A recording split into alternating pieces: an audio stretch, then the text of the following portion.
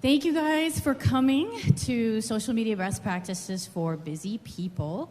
This is my third time at Dayton Startup Week. I moved here back in 2017 from New Orleans, and the first Startup Week that I went to was down the street at a little church, and it was, in 2 different rooms only, and it's so cool to see how much this has grown since then. So hats off to the Dayton Tech Week or Startup Week folks. I think we should give them a quick round of applause before I get started.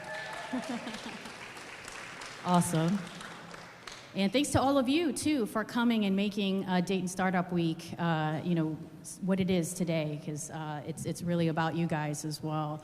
And I guess without further ado, I'll stop stalling and get into why you guys are here, which is to learn about some social media best practices for busy people. Now, believe it or not, I'm not up here and wasn't asked to do this because I'm some sort of Gary V social media influencer, like super expert or anything like that by any means at all. I'm just like you guys. I mean, I'm a busy entrepreneur. See if I can get my slides up. Running 3 different ventures currently, completely by myself. I make little to no personal income on any of these things, and I still balance that with a day job that I have as well, in addition to volunteering time, doing social media and other things for various organizations around town. So to say that I'm busy is a little bit of an understatement, and some of you may be here feeling the same way. I mean, social media is extremely time-consuming, and there's so many other things that we need to be doing as business owners, and particularly solopreneurs like myself, that need attention. So for me, the point of social media is kind of an annoying one. I mean, I don't always really like to do it. And my professional and educational background is actually in digital media marketing. So for me to say that, this statement here, I don't really even like it. So I can imagine that folks who aren't even really into this, on a professional level, you guys may feel this way too. So what I've had to kind of do is think to myself, how can I, being a very busy person, do social media for the different things that I'm doing in a way that's going to be a lot less time consuming and a lot more effective. So what I'm going to be talking to you guys about today is some of the things that I do personally to kind of help out. So this isn't like, your professional Aunt Sally's like how to do social media 101 kind of thing. This is like you're busy, you don't really have a whole lot of time, but you really need your social media to work for you. Talk, okay? So I'll get into kind of why I don't really like social media that much, and maybe you guys agree. It's very time consuming. Again, that's kind of the number one thing. I read somewhere that it takes 15 to 20 hours a week to run a successful social media campaign for one brand. Okay, I've got 3 different things I'm trying to get off the ground, and I don't pay myself for any of that. So me trying to do 15 to 20 hours a week is something else that I don't get paid for is just like not going to happen, right? So, on top of that, it's not even the most trusted form of advertising. Believe it or not, print is still the #1 form of trusted advertising across all demographics, according to Nielsen.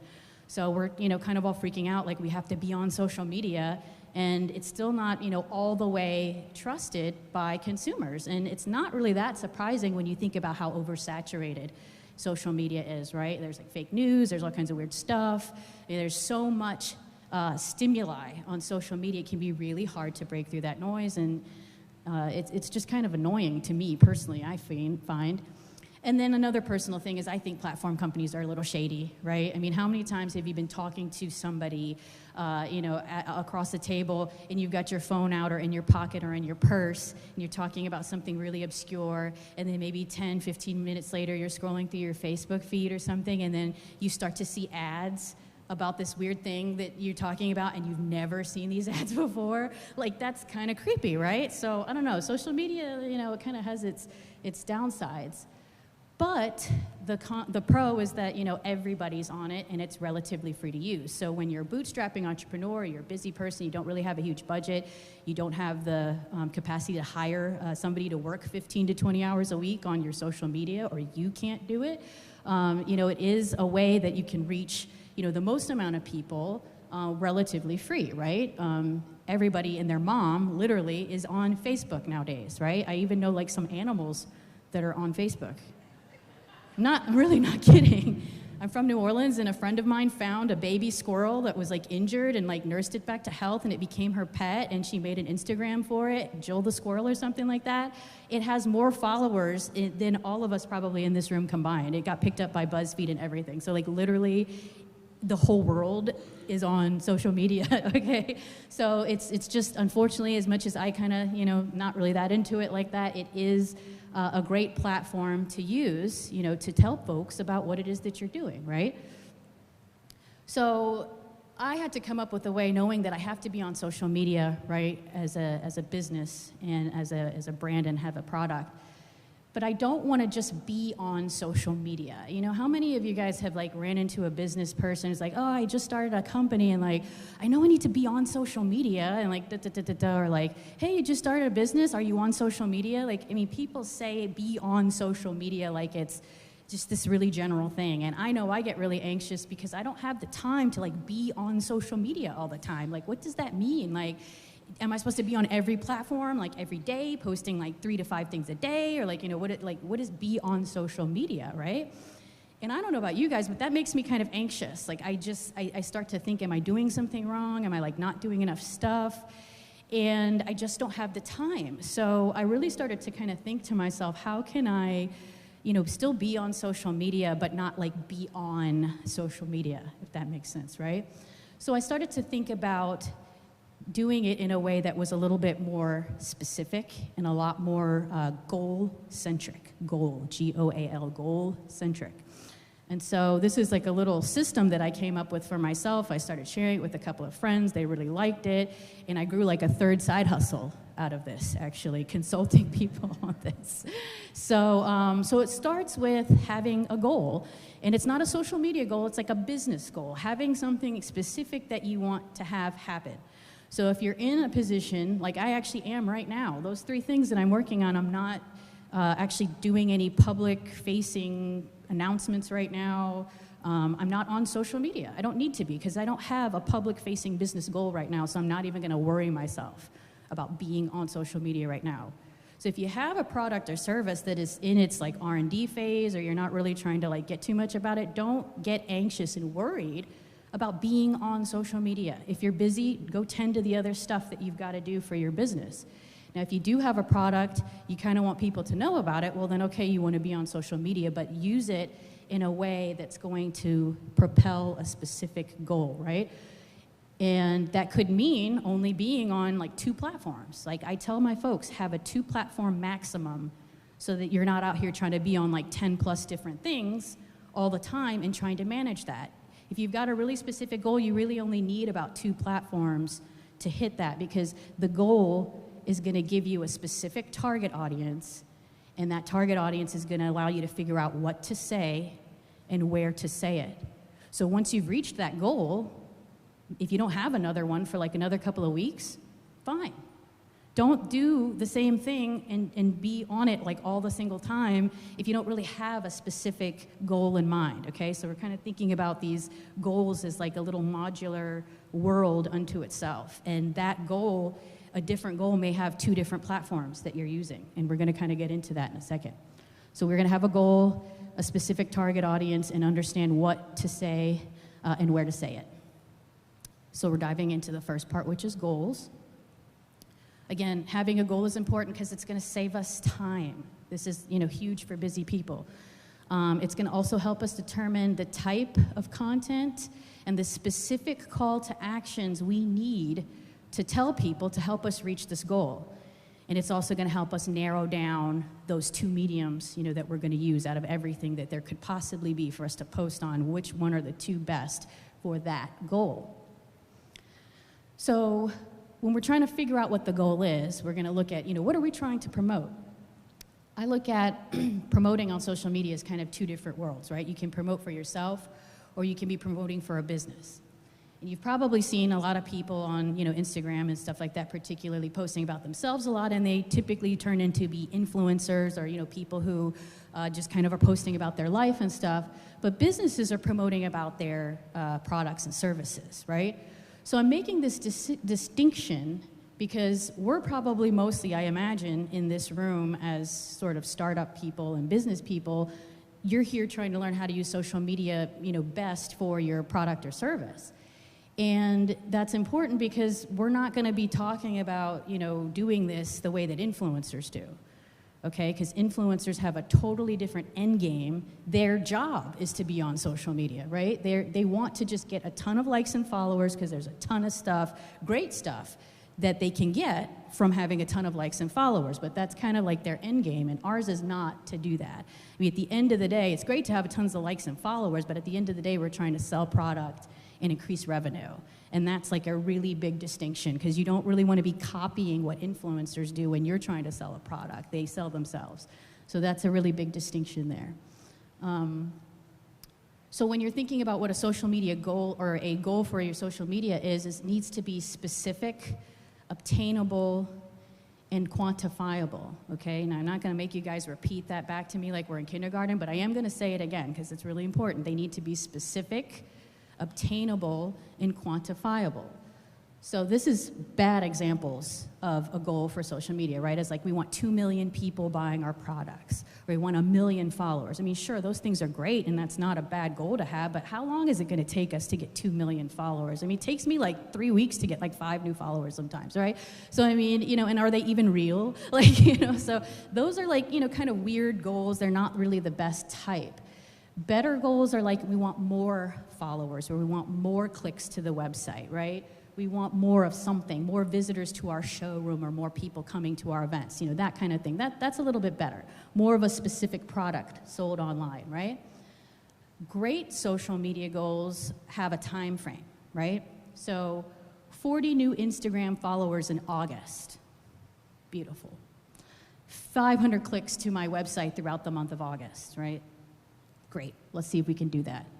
100 of X products sold the week of August 15th, right? These are really good goals we can use social media to try to help us get to, right? I mean, because social media is not like the end-all be-all of the world. It's just a way to help us do something, right? So these are really good goals. Once we've identified that goal, right, we're going to try to figure out the who.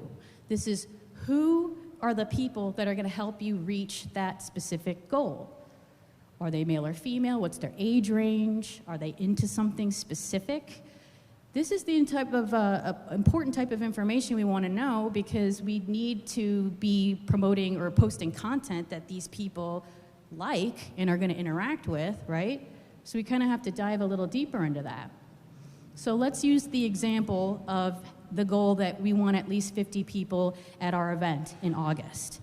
Because let's say at this event, we want to give away some free product. We want to build our email list so we can, ask folks for their email addresses at this thing, and we can build some brand awareness, right? So in order to do that, we want 50 people there. Well, depending on what type of event this is, it's going to have a totally different, audience, right? I mean, an IoT pitch competition is probably going to have different types of people that will go to that than a charity fashion show or certainly a college country music night, right? So we're kind of looking at these different, types of folks, and we want to be talking to them. We want to be identifying the people that are going to even help us get to this goal and what to say. So let's use the college country music night as an example. And we're going to get into part 3, which is the what and the where. So our goal plus the who equals what to say and where to say it. Okay? I'll kind of let that sink in for a second. The goal plus the who equals what to say and where to say it. Let's start with the where part of it in our example here with the college country music night. So I've got a little sort of, again, 2-platform maximum, right? So how are we going to figure out which 2 of everything we could be posting on is going to be the best for this? I've got a little trick. This is an event, right? So immediately, I'm going to be using Facebook. Does anybody want to know why? because Facebook has that event page thing that you can do, right? It's super easy. It's free. You can upload photos to it. You can invite your friends to it. It's geographically specific to the area you're in. Your friends can invite other friends to the event. It's all, kind of really nicely wrapped up. You can see who's said yes or who said maybe, all that good stuff. It's got the notifications. It's going to remind people. So anytime you're promoting an event, you want to be using Facebook as one of those two. Then I'm going to look at the age, okay? This is a college thing, right? So we're probably going to be trying to get college, for whatever reason, we want college-age people coming to this event. So we're probably going to be using something like Instagram, because most young kids aren't really even on Facebook, actually. So, the next sort of bigger one there would be Instagram. Now, you might be wondering, okay, did you just kind of where did you pull this from, right? I mean, I did make it up, but there is a method to my madness. This is a chart that I use. I made this up, so this is just how I do it, and you're welcome to, take a picture of this, add your own kind of thing to it. But this is how I kind of look at what I'm going to be posting and how I'm going to do things, depending on what type of person I'm talking to, or, what is the content, if it's textual stuff or more visual, and I'm only using the 4 platforms. I mean, there's others, obviously, but, typically we're all going to be kind of in this zone. And so kind of going back to my example, right? Instagram and an event, I'm using Facebook and Instagram in this case, right? I could probably use Twitter, but I personally am not even a Twitter user, so as a busy person, I'm not even going to try to waste my time doing, something that I don't really do all the time anyway. So some of this is a little bit personal. If you're kind of down between 3 of them or something, right? Just use the ones that you use, frequently. I like using Instagram, so in this particular case, that's going to be my second one. Plus, it matches, I think, better with what we're trying to do anyway. So now we can kind of move on to the what. So we know we're going to be posting on Facebook and Instagram, and now there's kind of this, okay, what do we even say, right? Well, again, we're going back to this whole thing. We're talking to country music lovers, right, that are kind of college age. So we're going to want to show them things that they like and hopefully try to get them to come to our event. So memes are always a great thing. Everybody loves memes, right? So if you can find some country memes or some country line dancing videos, something that folks like that might interact with and you can always ask them to RSVP to your event in the caption, right? Make them do something for you. Remember, this isn't just about getting a lot of likes and followers. We're trying to get them to do something. So you want to remind them in every single post to do the thing that you need for your goal, right? So if it's to RSVP, if it's to click on my website, if it's to buy now, say it. Just say it, because you're trying to tell them what to do. And then, kind of same thing, in your Instagram posts. Put that event link in your link in bio or, kind of whatever. Be directing people to do that thing that you need them to do. And then most of that content from Facebook and Instagram can kind of cross-pollinate because you can kind of use some of the same stuff. But I did add eye-grabbing country photos to Instagram because Instagram's a very visual platform. And you may be thinking, eye-grabbing country photos. Does that even exist? Well, it does. Unsplash.com, if you haven't heard of it, is a fantastic source for free, very nice, professionally done photos. I didn't even put filters on those. That's exactly how they came. So most of the photos on there are really beautifully done. They have kind of a nice aesthetic to them, and they lend themselves very well to Instagram. And again, every photo on there is free, royalty free, so you can credit the photographer. It's a nice thing to do, but you don't have to. And so you can find stuff like eye-catching country photos, right? So, it's just to show you that you can kind of just about find anything on Unsplash. And of course, I kind of thought, okay, sticking to an aesthetic, which is what Instagram is really great for, I wanted, some kind of rustic, some brown, some pops of color. I wanted this to be really fun. So those were the type of photos that I found that really kind of matched that sort of theme that I was kind of going for. Now, even though I'm from Louisiana, I don't really listen to country music like that. So I was looking at these photos, and even I was kind of like, whoa, I would actually kind of want to go to this event. That looks fun to me. I don't know, it looks pretty cool. So there's a way to do this where even though we're talking to people who actually like this kind of stuff, you can still probably grab some of those outliers because it looks so cool, right? So that's kind of how that's done. So I'm going to I know that was a lot. I want to kind of do a second run through with a different example so we can just kind of, see this in play again. We're using the same goal, but I'm going to be talking about the IoT pitch competition. And some of you are probably like, what is IoT even? It's Internet of Things. So this is, like smart thermostats, like anything connected to your house or your phone that you can do from like, you can lock your garage from, another country, right? There's all kinds of different things that, the internet is connected to. And so people, let's say we're an IoT company and we are in this pitch competition and we want to let other people know about it. We want to promote it. So how would we go through my system given that information, right? So again, we know we have an event we're promoting, so we're automatically Facebook, but then we're looking at that sector, that thing that those people would be into, right? And their age range. And of course, you're probably going to guess that I'm going to be using LinkedIn as a secondary platform to promote something like this. So again, there it kind of is on the chart. It's professional stuff. Twitter, I don't even know why I put Twitter on there, because I personally would never use Twitter for like pretty much anything like this. But some of you folks may, and that's fine. It's none of this is, set in stone. So we're looking again at kind of like that content and that what for the where. And any sort of memes, like I said, I think memes are great because they just give people a laugh. And if you're telling them, hey, look, you think this is funny, we'll come to our pitch event and, see more things, right?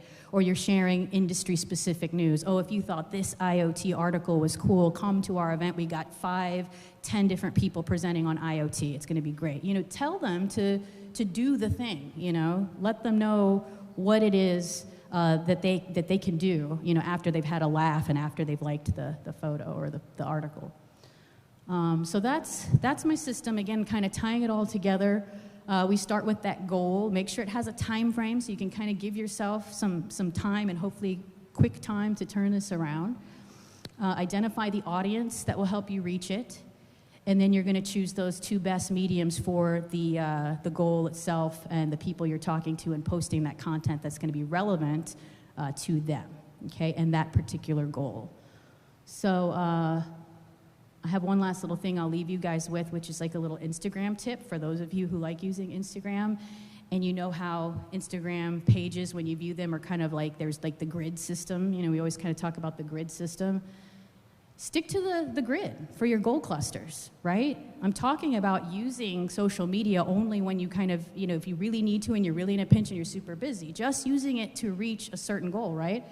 So Instagram lends itself really well to goal clusters because it's already sort of structured in this way to where you can do your college country music night goal in a cluster or like a grid, and then you can do your 500 clicks to my website goal in another set of grids, or your 100 of whatever product sold in the next grid. So it's kind of nice the way that can flow depending on what it is that you're doing.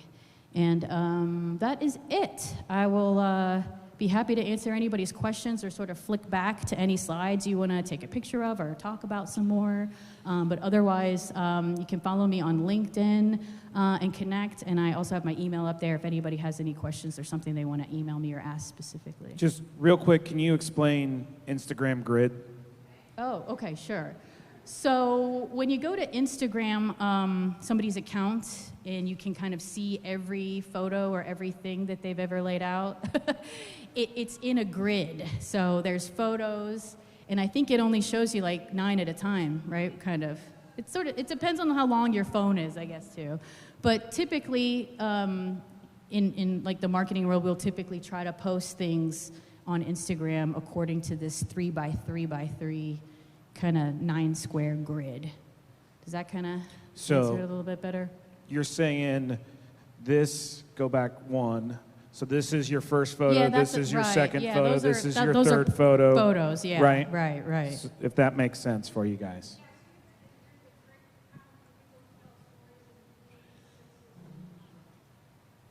Yeah.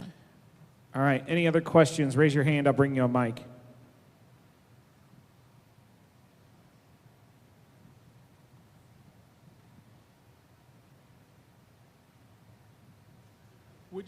Would you post the same thing on each platform, or would you vary that from platform to platform? I would carry it from platform to platform. I mean, remember, I'm not your Aunt Sally ad agency exec, right? she will tell you, yes, be on everything and post all the time and do that. And that's not wrong, but as a busy person, this is my hack, right? I'm not gonna be, if I've got a goal that works better on LinkedIn and Facebook one time, and then I've got another goal that's gonna work probably better on Facebook and Instagram, then I'm gonna do it like that instead of trying to spread myself across all these different platforms every day or however often. So yeah, I suggest if you're busy and you don't have the time to do it. And I was referring to just for, say, the event. Would you say the same thing on each platform for that one event? Oh, like the content? Right. Yeah, you can do that. I mean, that's a real simple way to just, I mean, I think even most of the time on Instagram, you can share things that you post to Instagram, like straight to Facebook, like within the app. So yeah, I mean, I don't think there's anything wrong with that. Oh, yeah, sorry.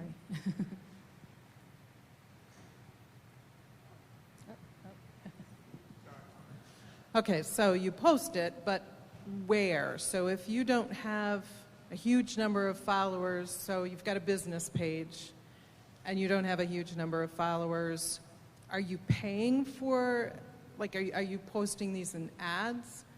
Are you posting it and then boosting it? Or how do you get reach? Sure. So you can definitely do that. In my case, I've not ever posted or boosted any of my posts personally, but that's because I'm cheap and broke and I just won't do that. But if you're a business that can do that, yeah, absolutely. I mean, anything that you can do beyond kind of what I'm outlining is better. This is kind of like the most like basic, you know, amount of effort, you know, that one should or, you know, can kind of put into this for it to be somewhat effective. But so what I'm saying is, like, I've got 500 followers. Mm-hmm. And if I post something, only 50 of them. Right. Like my reach might just be Yeah, and it might literally just be that. I mean, that's more followers than I have on my Curified, I think, right now. So, yeah, I mean, I'm mostly posting to the people that are following me. However, the more likes that you get, the more other people are going to see this because it is going to kind of run things up on your algorithm. So I don't have the answer for you on how to, you know, reach more followers. Boosting is a way to do it. Adding a bunch of hashtags, you know, in your comment section or to your caption will, you know, hopefully grab some attention from other people who could be searching for that. But I don't have the answer for how to get, like, you know, a ton of followers necessarily. Yeah, and that's something I wish if we all knew how to do it, it'd be really easy, right? So, yeah. Yeah, paying attention to your hourly analytics and seeing when you're getting engagements is really helpful. A couple of hacks that I use is I use hashtags, and I actually put together stubs of pages and see what type of ad serves that I get after that. And you can kind of learn about how Google and Facebook, you know, how they perceive, you know, your interest in being, and so you can kind of fine tune the use of the hashtags to figure out how you can kind of fit within a particular crowd. I'm trying to aim for a younger crowd, and so one of the things that I was curious about is that, you know, TikTok is one of the things that I have to get smart now. Is that, what do you recommend for getting experience with an emerging platform?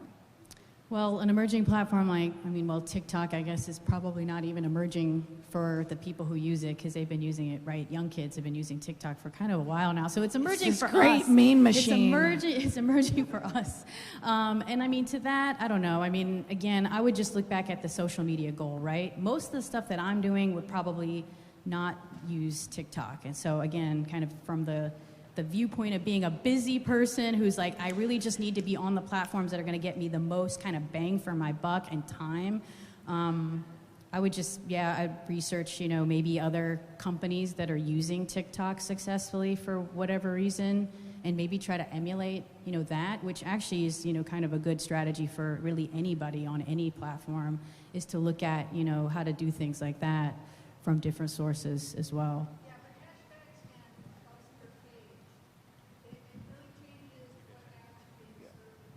Yeah, the hashtags are big. Mm-hmm.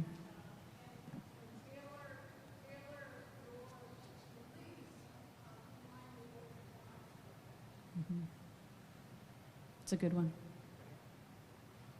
Is there somebody else? Oh, yeah. For things like events where you do draw a crowd, or even in retail storefronts, how would you encourage people to start using your social media? Which people? Like the people that you're trying to get to your door, or? Yes. Okay. So I don't know how to get other people that you would want to necessarily be on their social media, right? I mean, most people are just kind of flipping through and are on their phones anyway. But if you're a storefront and you're trying to get people into your store, I would definitely want to offer a discount, right? Say there's going to be something special happening at this event this one day, and hopefully that might actually get people to say, oh, well, you know, there's actually a sale going on at this place. If I'm like kind of scrolling through and I see that you're like, hey, we have an event, but that's it, you know, I mean, then I'm like, oh, okay, that's cool. But if it's an event and hey, like the first hour, everything's like 50% off, I don't know if that's something that you could actually do. But you know, where there's like actually some kind of incentive, that type of thing goes great, especially for people who have a storefront, you know, that people can kind of come in and actually get in their car and have to go, and it's something that's like only happening in the store and maybe not online or something like that. If you don't have the web presence, I think that I'm speaking from experience, because I thought to myself, like, I want to go get some sandals, and then like 2 weeks later, DSW had like, you know, some kind of sale, and I was like, okay, now I'm going in, you know. So it's always great to offer, you know, some kind of incentive, I think, for anybody in that case. Yep. You know, on Instagram, you have the option to sync more than one Instagram account on the little pull-down tab. Do you recommend using that, or just sticking to the one Instagram page if you had multiple things you were doing? So with my kind of methodology, it's always going to kind of go back to that goal, right? So if the goal is specific to one of your Instagram pages, and I assume, do you have two different pages because you have two different products? Is that what it is? Okay. So if the goal is specific to one product, because remember, I was saying that your goal needs to be, let me flip back through it, specific, obtainable. Remember, I should have had you guys repeat it back after me. Yeah, thank you, because I can't even remember right now. Specific, obtainable, and quantifiable, right? So if you're like, oh, okay, I just want to sell more of my products, right? I've got two different products. Well, that's kind of one of those bad goals. So you want to be able to say, okay, well, you know, if one's a hat product and one's a t-shirt product, get really specific. This week, do you want to sell 100 hats? Do you like that? Would you like to sell 100 hats this week? Probably, right? So make that your goal, and make that the goal for the hat page, right? You want to get really, really specific, because if you do have multiple pages and multiple products, then this is how we all get sucked into just, okay, we got to be on social media. I'm trying to do something. I got all these different pages. But if you can start with a really specific goal for one of those products, or just something that you're trying to do, it all kind of starts to flow a lot easier from there, because then you know the hats. Well, I don't know, are they like baseball hats, or, you know, hats for women? Then you can start understanding who, right, is going to help you reach that goal, and then where to post to them, and the type of thing that those people will want to see, so that you can sell those 500 or 100 hats, you know, that week. So that's kind of, again, where I'm coming from with this, is starting with a very specific goal for one of your pages or products, and kind of moving through the process from there. Does that kind of answer your question a little bit? Cool. Thank you. Anybody else? That's it? Awesome. Oh, one more?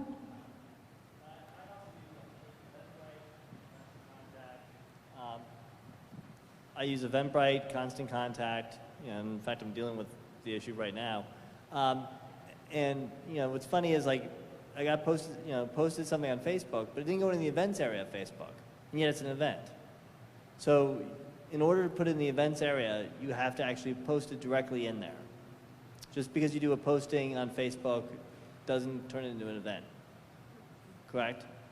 Wait, can you repeat that? You're saying that you did... From my website, and I have a vendor that does this, through Constant Contact and through Eventbrite, they will post things to LinkedIn and to Facebook, which are the two ones that I've decided. I don't use Twitter. I probably should use Instagram for younger people. But the funny thing is, as you were talking about it, I get the posting in Facebook, but it's not in Facebook events. And the challenge that I have is basically 5 minutes after I post it on Facebook, you can't find it anymore. Right. Because it's 30 things down. Right. So you're saying that your constant contact and the other things that you're kind of pushing through to Facebook are posting to your main feed and not the events feed. Right. Okay. So you want to know how to avoid that? I'm correct. That is what's happening. Okay. So that is probably more of a technical thing that just through those plugins and stuff, which is kind of, again, where I like to say I just stick with the two platforms themselves. So you just said I have Constant Contact, I have Eventbrite, and I have all these things, and that's fine, but you just said you're spending a lot of time trying to get, all of them wrangled around to post to your Facebook feed. Whereas like the next time you have an event, if you just created the Facebook event and just posted to that, it's going to be in the event, and it's going to be, that thing that other people can see, they can invite their friends to, and you just weeded out all those other steps, right? By just using that by itself.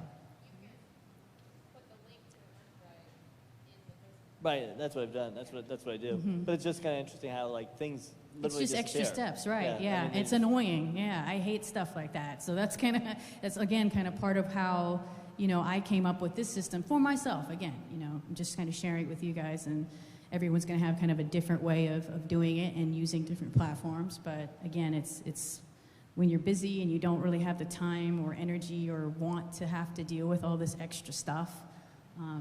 I find that this is a good way to help with that. Okay.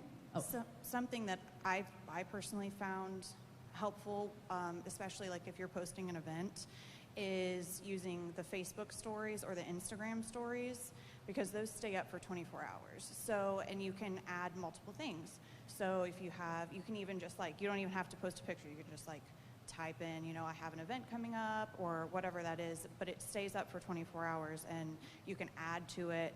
I just found that was extremely helpful on our Facebook page and also on our Instagram page. Good. Yeah, those are good ones too. Anything on top of the stuff we just talked to is super great to do, especially if you have the time, the bandwidth, great. That's a really good one. Thanks for sharing that one. Anything else?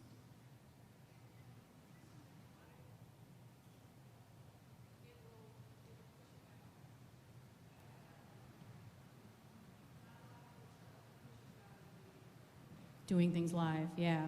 That's another good one.